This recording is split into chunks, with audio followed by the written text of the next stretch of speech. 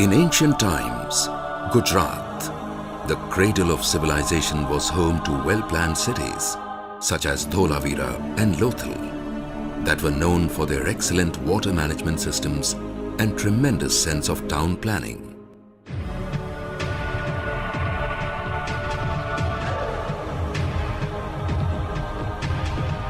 Today, even after thousands of years, Gujarat continues to build cities based on one timeless piece of wisdom: partnerships.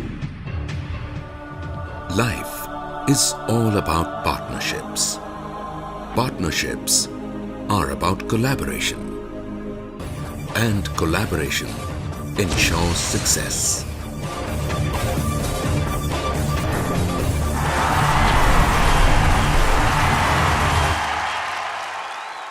One such ongoing success story is the urban development progress of Gujarat. Progress that is a result of innovative reforms and public-private partnerships. Partnerships wherein the government acts as an enabler of development. Gujarat's urban development, inclusive development through reforms and partnerships.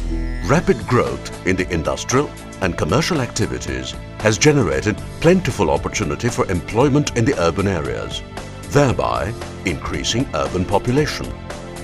If this development is not identified and systematically planned at right time, it would not only lead to chaos, but also result into a jumbled up urbanization. To impede any such unplanned development and to ensure planned development, government constitutes an urban development authority for the urban area, which ensures that these potentially developing areas are well facilitated with sound infrastructure.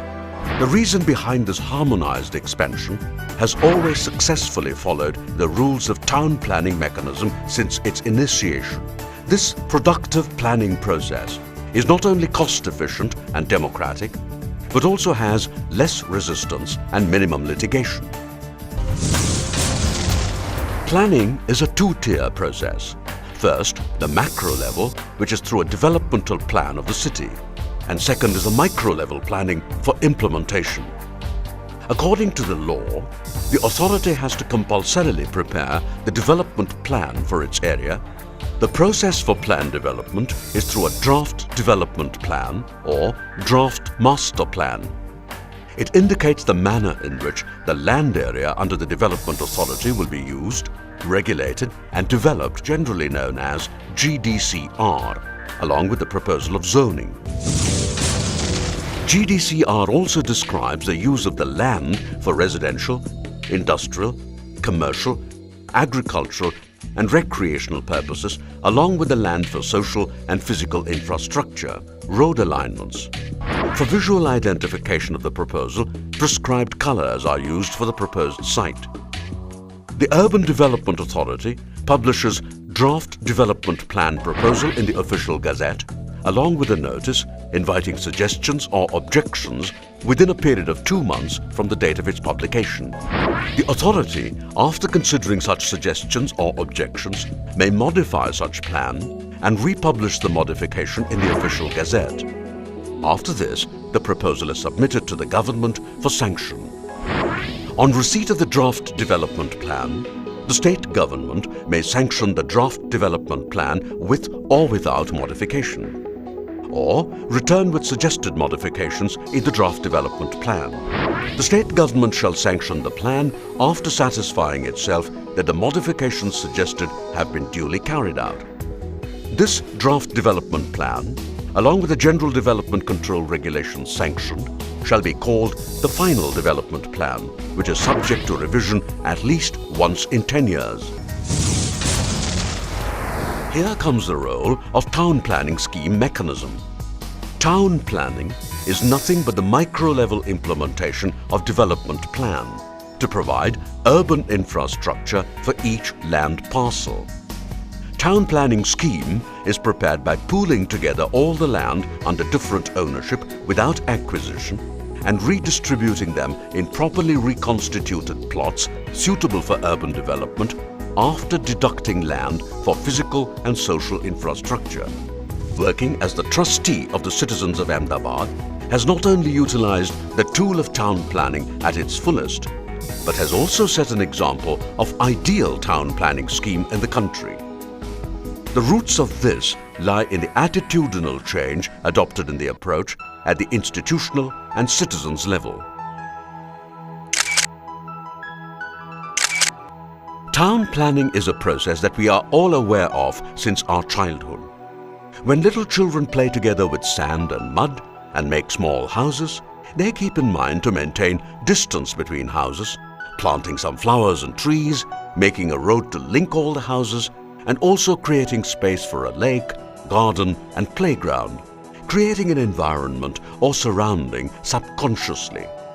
This simple, candid creation and understanding is nothing but the core basis for town planning of a city, with more details and precision in a scientific principle. The process of town planning scheme is carried out for the delineated area of 100 to 200 hectares, which is now being stretched up to 800 to 1,100 hectares.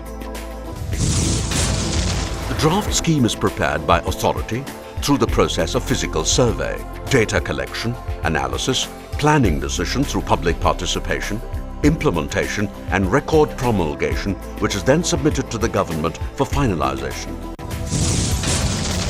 After the draft scheme is prepared, data, which consists of survey of land in terms of physical boundaries and features, revenue record of each and every survey number with ownership, land survey record and sales record are collected. After this, verification of data and analysis of data along with study of physical constraints is completed. This is further carried forward by planning decision process and the draft proposal is prepared. In the secondary stage of preparing the town planning scheme proposal, the land parcels having common ownership are marked as one original plot on a map.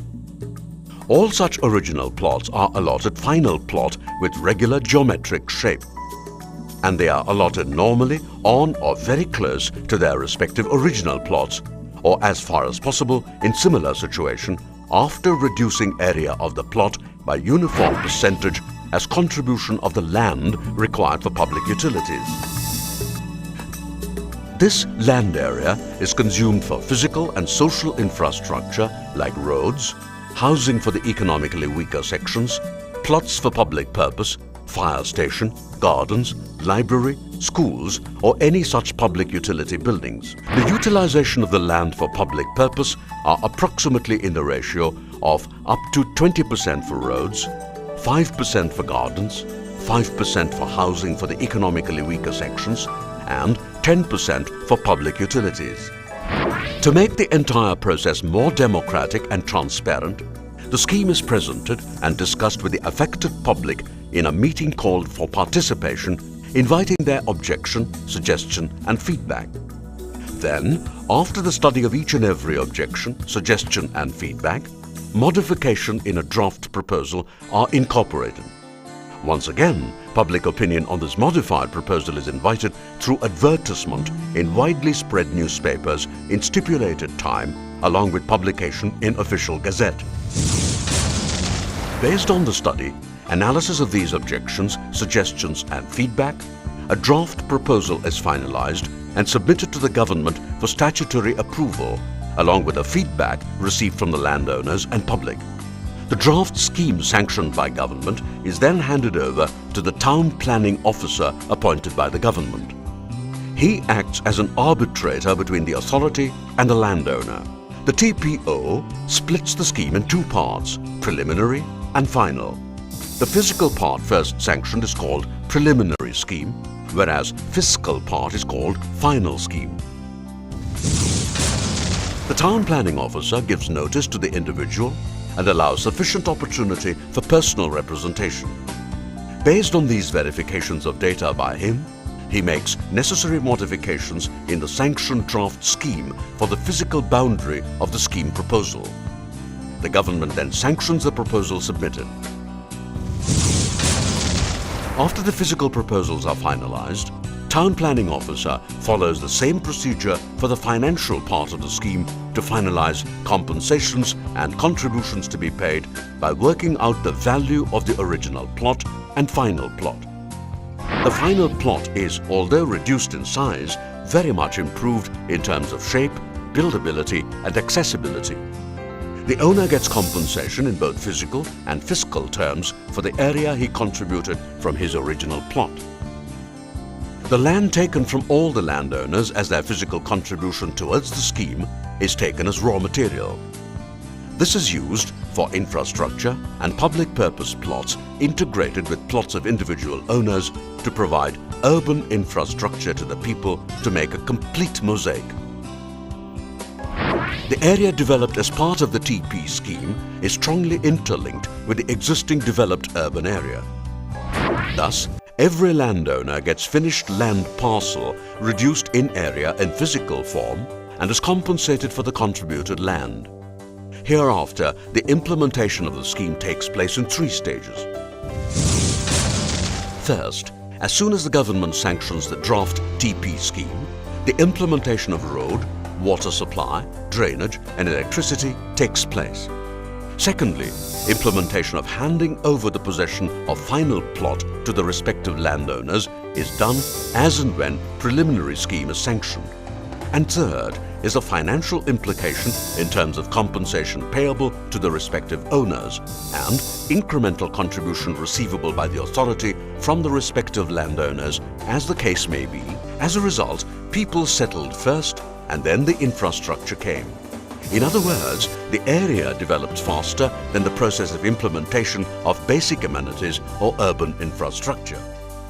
To mitigate the gap and to enable rapid implementation of TP schemes, amendment to revitalize the Town Planning Act in 1999 to the Government of Gujarat, which was immediately carried out. In addition to various administrative reforms, the survey work was given to the private agency, and the survey was carried out through total station. This gave more accuracy with speed. Moreover, it also gave data in digital form, which can directly be processed in computer. This computerized data is now processed by the staff of authority, resulting into the fast process of scheme preparation. The satellite image is also used to see the physical features while scheme preparation. The focus of town planning mechanism switched to develop physical and social infrastructure much prior to habitat settlement.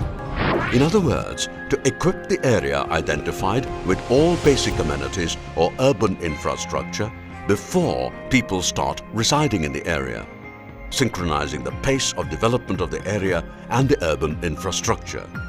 TP mechanism is different from the conventional method of bulk land acquisition, and hence big initial investment is not required and a lot of time is saved for implementation.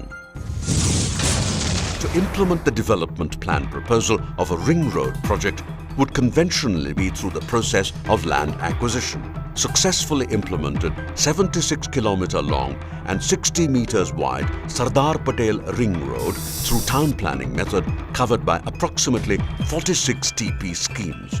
For a project of such magnitude, I got the possession of land from the owners well in advance, that too by their voluntary consent. What makes town planning a piece of hot cake is that it is a tool available to us which is self-financing, democratic, faster, has minimal disputes, in true sense allows public-private partnership, requires less initial investment and promotes planned development of the area, and effectively use the mechanism of town planning for the regional level infrastructure. It has set a milestone for many other planners of the country to understand and implement a planning mechanism which leads to improved quality of life, along with the systematic and planned growth of the urban areas. The tool of town planning is a win-win situation for both the landowners and the city. The landowners who sacrifice their raw land yield the fruits of it as they receive in turn well-developed plots along with physical and social infrastructure, along with multiple gains in the value of their final plot. It is also a success episode as it makes available the desired land for development of the infrastructure and public activities for planned area. As a child grows, city grows. Development is indispensable. Synchronization is the only key for planned development. What lies ahead is what we plan and design today. Glorious tomorrow is not only our dream, but also our responsibility to be realized efficiently. Welcome to Gujarat, the land of reforms and partnerships.